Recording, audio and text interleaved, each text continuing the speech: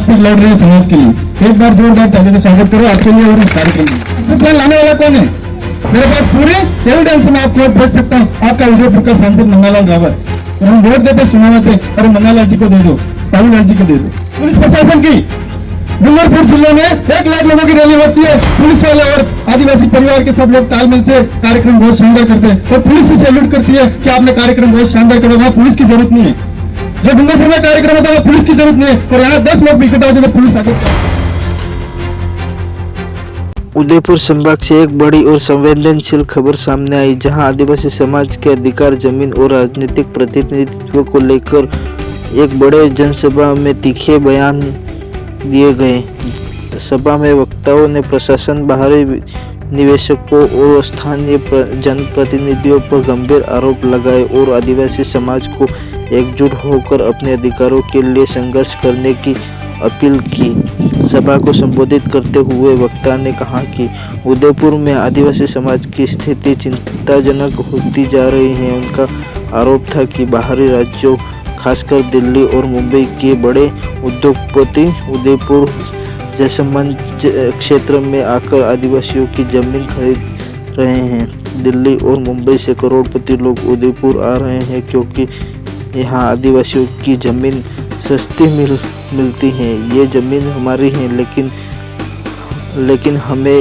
ही बेदखल किया जा रहा है। वक्ता ने यह भी आरोप लगाया कि इस पूरे मामले में कुछ जनप्रतिनिधियों की भूमिका संदिग्ध है और मास्टर प्लान के जरिए आदिवासी जमीन को निशाना बनाया जा रहा है। उन्होंने दावा किया कि उनके पास इस संबंध में सबूत भी मौजूद हैं।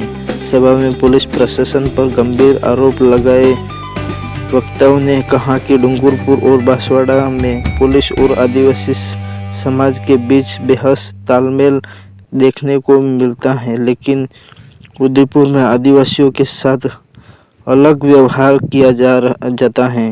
डूंगरपुर में लाखों की रैली होती है तो पुलिस सहयोग करती है, लेकिन उदयपुर में 10 लोग भी इकट्ठा हो तो पुलिस तैयार रहती है। आदिवासी को डराने का प्रयास किया जाता है।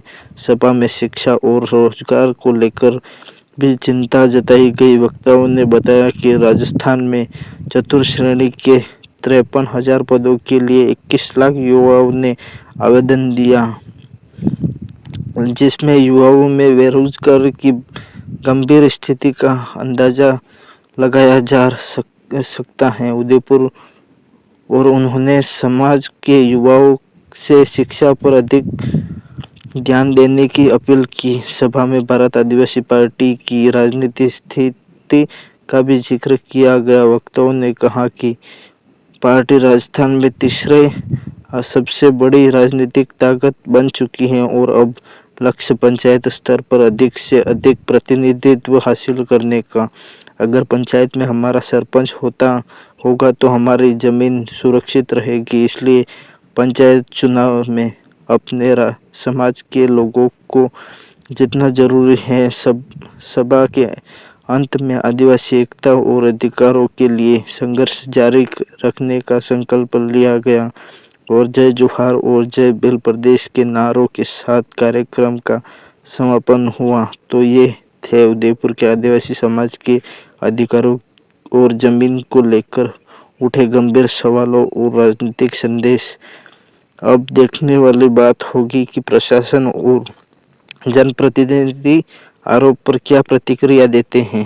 फिलहाल के लिए इतना ही। आप देख रहे हैं TSP न्यूज़ नेटवर्क। जय जोहार।